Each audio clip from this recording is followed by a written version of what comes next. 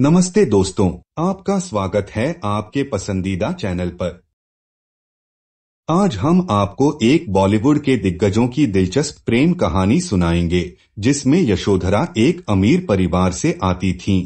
फिर भी पति सुरेश ओबेरॉय का साथ देने के लिए उन्होंने अपनी ऐशो आराम वाली जिंदगी छोड़ दी थी। कैसी है कपल की लव स्टोरी, आइए जानते हैं। एडिटर, मुझसे दुश्मनी महंगी पड़ेगी। सुरेश ओबेरॉय एक समय में फिल्म इंडस्ट्री के नामचीन अभिनेता हुआ करते थे। वे फिल्म एक्टर विवेक ओबेरॉय के पिता हैं। अधिकतर फिल्मों में निगेटिव किरदार निभाने वाले सुरेश ओबेरॉय असल जिंदगी में काफी रोमांटिक थे। सुरेश ओबेरॉय ने यशोधरा से अरेंज मैरिज की थी और हम यकीन दिलाते हैं कि जब आपको इनकी लव स्टोरी के बारे में पता चलेगा तो आप एक बार फिर प्यार में पड़ जाएंगे। बात करें सुरेश ओबेरॉय की जिंदगी की, तो वे अपने सपनों को पूरा करने मात्र 400 रुपए लेकर मुंबई आए थे।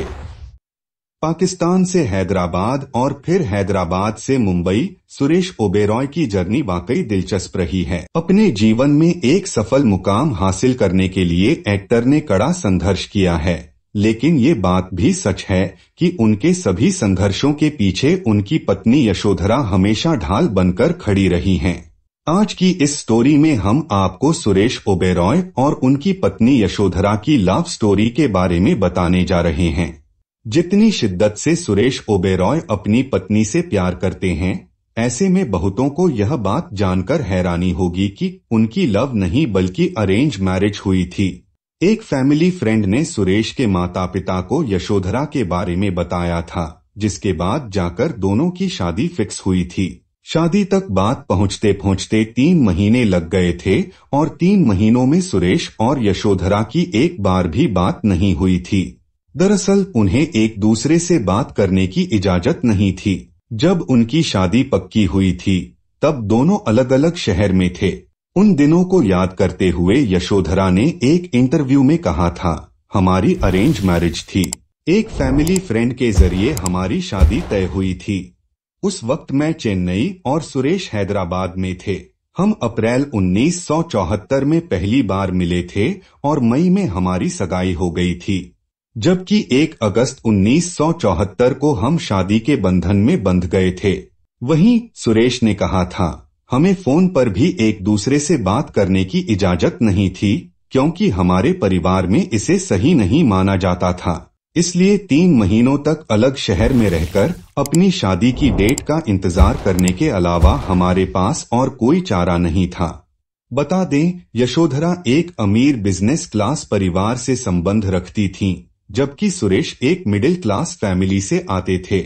जब सुरेश ने फिल्म इंडस्ट्री में करियर बनाने की सोची, तब उन्हें अपनी पत्नी से पूरा सपोर्ट मिला था। इतना ही नहीं, उन्होंने सुरेश को इंडस्ट्री में जाकर नाम कमाने के लिए काफी प्रोत्साहित भी किया था। यशोधरा अपने पति के सपनों को पूरा करने के लिए अपनी ऐशो आराम वाली जिंदगी भी छोड़ने को तैयार हो गई थीं। इस पर बात करते हुए सुरेश ने कहा था, जब हम मुंबई आए तो एक छोटे से कमरे में रहे, जहां फ्रिज, टीवी, ब्रेड, चीज कुछ भी नहीं था। उसने कपड़े से लेकर बर्तन तक धोए, जो कि उसने अपनी पूरी जिंदगी में कभी नहीं किया था, लेकिन इस बारे में उसने कभी शिकायत नहीं की। एक स्ट्रगलर के साथ एक रूम के कमरे में रहने के लिए उसने अपनी आलीशान जिंदगी ठुकरा दी थी। यह देखकर मुझे एहसास हुआ कि उसे खुश रखना मेरी ड्यूटी है। उसने कभी मुझे लेकर हार नहीं मानी और कभी मेरी काबिलियत पर संदेह नहीं किया। मैं उसके लिए कुछ बड़ा करना चाहता था। यशोधरा ने अपने ऐशो आराम को लेकर कभी सुरेश से शिकायत नहीं की। हालांकि दोनों के बीच कभी कभी मनमुटाव हो जाते थे, लेकिन वे इस बात को भी अच्छी तरह जानते थे कि एक दूसरे के प्यार और सपोर्ट के बिना वे कुछ भी नहीं हैं। यशोधरा ने कहा था, हमारी बहस और लड़ाई भी होती थी, लेकिन धीरे धीरे हम समझ गए कि यह हमारी बेमतलब की ईगो की वजह से था। यह केवल किसी के पॉइंट ऑफ व्यू को रिस्पेक्ट करने की बात नहीं थी, बल्कि उस पर अमल करने की भी बात थी। जब उनका सुरेश करियर सही नहीं चल रहा था, ऐसे में हाथ से फिल्में निकल जाने पर वे जल्दी गुस्सा और फ्रस्ट्रेट हो जाया करते थे। तब मैं समझ गई थी कि उन्हें मेरे सपोर्ट की जरूरत है, न कि मेरी एडवाइस की। यह कहना बिल्कुल गलत नहीं होगा कि ये उनके बीच की प्यार और अंडरस्टैंडिंग ही है जो वे इतने सालों तक बड़ी ही खूबसूरती से अपनी शादी को निभाते आ रहे हैं।